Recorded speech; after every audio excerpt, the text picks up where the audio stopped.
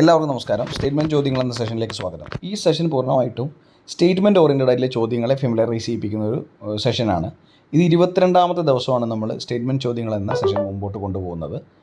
അപ്പോൾ നമ്മൾ സ്റ്റേറ്റ്മെൻറ്റ്സിലേക്ക് കിടക്കാം. 10 സ്റ്റേറ്റ്മെൻറ്റ്സ് ആണ് ഉണ്ടാവുക. നിങ്ങളും സെൽഫ് ഇവാലുവേറ്റ് ചെയ്യണം. അത് കഴിഞ്ഞിട്ട് നമുക്ക് എത്രയാണ് കട്ട് ഓഫ് എന്നൊക്കെ പറയാം. അപ്പോൾ ആദ്യത്തെ സ്റ്റേറ്റ്മെൻറ്റ്, ഖിൽജി വംശത്തിൻ്റെ സ്ഥാപകൻ ജലാലുദ്ദീൻ ഖിൽജിയാണ്. ഇത് സ്റ്റേറ്റ്മെൻറ്റ് ഈ പറയുന്ന അക്ഷരത്തെറ്റുണ്ടാവും. ഖിൽജി രാജവംശത്തിൻ്റെ സ്ഥാപകൻ ജലാലുദ്ദീൻ ഖിൽജിയാണ് first statement. 2, servants of India സൊസൈറ്റിയുടെ സ്ഥാപകൻ ഗോപാലകൃഷ്ണ ഗോഖലെയാണ്. സർവൻസ് ഓഫ് ഇന്ത്യ സൊസൈറ്റിയുടെ സ്ഥാപകൻ ഗോഖലെയാണ്. 3, ഇന്ത്യൻ നാഷണൽ കോൺഗ്രസ് രൂപം കൊണ്ടത് 1884 ഇന്ത്യൻ നാഷണൽ കോൺഗ്രസ് രൂപം കൊണ്ടത് 1884 എന്നാണ് പറയുന്നത്. സ്റ്റേറ്റ്മെൻറ്റ്സ് ആണ്. 4, ഇൻഡസ് വാട്ടർ ട്രീറ്റി 1960 ഒപ്പുവെച്ചത്. വേൾഡ് ബാങ്കാണ് മധ്യസ്ഥത വഹിച്ചത്. ഇൻഡസ് വാട്ടർ ട്രീറ്റി 1960 ഒപ്പുവെച്ചത്. വേൾഡ് ബാങ്കാണ് മധ്യസ്ഥത വഹിച്ചത്. 5, ലോക വ്യാപാര സംഘടനയുടെ ആസ്ഥാനം പാരീസാണ്. പാരീസ് ആണോ? ഇൻ്റർപോൾ ആസ്ഥാനം ജനീവയാണ്. ഇൻ്റർപോൾ ആസ്ഥാനം ജനീവയാണ് ആണോ? 7, കേരള അഗ്രികൾച്ചർ യൂണിവേഴ്സിറ്റിയുടെ പ്രോ ചാൻസലർ കൃഷിമന്ത്രിയാണ്. കേരള അഗ്രികൾച്ചർ യൂണിവേഴ്സിറ്റിയുടെ പ്രോ ചാൻസലർ കൃഷിമന്ത്രിയാണ്. 8, കേരളത്തിലെ ആദ്യ കൽപ്പിത സർവകലാശാല ഡീംഡ് യൂണിവേഴ്സിറ്റി കേരള കലാമണ്ഡലം യൂണിവേഴ്സിറ്റിയാണ്. വജ്രത്തിൻ്റെ തിളക്കത്തിന് കാരണം പൂർണ്ണ ആന്തരിക പ്രതിഫലനം, ടോട്ടൽ ഇൻറ്റേർണൽ റിഫ്ലക്ഷനാണ്.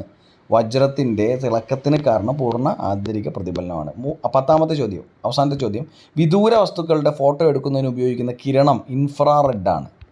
ഇതാണ് സ്റ്റേറ്റ്മെൻറ്റ്സ് ഉള്ളത്. നമുക്ക് ഇനി ഓരോ സ്റ്റേറ്റ്മെൻറ്റും നോക്കാം.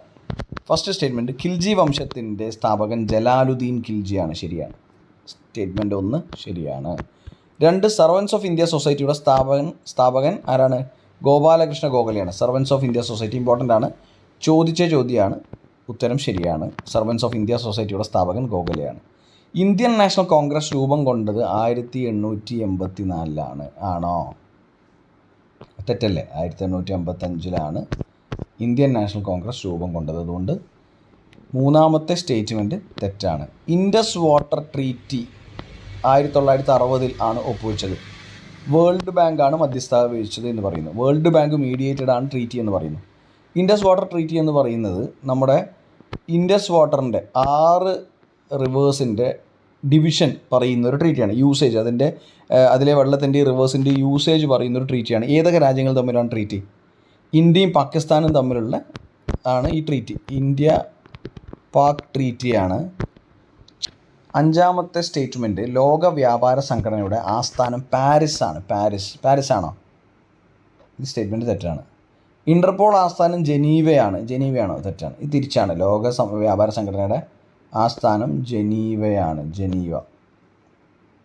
ലോക വ്യാപാര സംഘടനയുടെ ആസ്ഥാനം ജനീവ. അതുപോലെ ഇൻ്റർപോളിൻ്റെ ആസ്ഥാനം ഫ്രാൻസാണ്. Lyon, France. അപ്പോൾ ഇത് രണ്ടും തെറ്റാണ്. ഈ 2 സ്റ്റേറ്റ്മെൻറ്റും തെറ്റാണ്. WTO എവിടെയാണ്? ലോക വ്യാപാര സംഘടനയുടെ ആസ്ഥാനം എവിടെയാണ്? ജനീവയാണ്. ഇൻ്റർപോളിൻ്റെ ആസ്ഥാനം ഫ്രാൻസാണ്. Lyon, France. കേരള അഗ്രികൾച്ചർ യൂണിവേഴ്സിറ്റിയുടെ പ്രോ ചാൻസലർ കൃഷിമന്ത്രിയാണ്. ശരിയാണോ? ശരിയാണ്. കേരളത്തിലെ ആദ്യ കൽപ്പിത സർവകലാശാല കേരള കലാമണ്ഡലമാണ്. അതും ശരിയാണ്.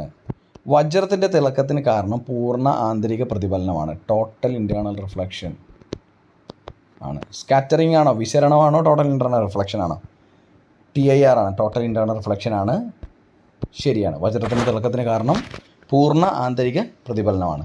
വിദൂര വസ്തുക്കളുടെ ഫോട്ടോ എടുക്കുന്നതിന് ഉപയോഗിക്കുന്ന കിരണം ഇൻഫ്രാറെഡ് ആണ്. വിദൂര വസ്തുക്കളുടെ ഫോട്ടോ എടുക്കുന്നതിന് ഉപയോഗിക്കുന്ന കിരണം ഇൻഫ്രാറെഡ് ആണ്. ആണോ? അതെ, ഇൻഫ്രാറെഡ് ആണ്.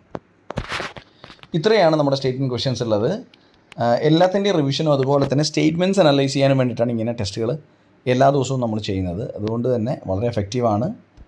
എല്ലാ ദിവസവും ഫോളോ ചെയ്യുകയാണെങ്കിൽ. ഇന്നത്തെ കട്ട് ഓഫ് 7 10ൽ 7 ഇന്നത്തെ കട്ട് ഓഫ്. അപ്പോൾ എല്ലാവർക്കും വീഡിയോ എഫക്റ്റീവ് ആണെന്ന് വിചാരിക്കുന്നു. Bye, take care.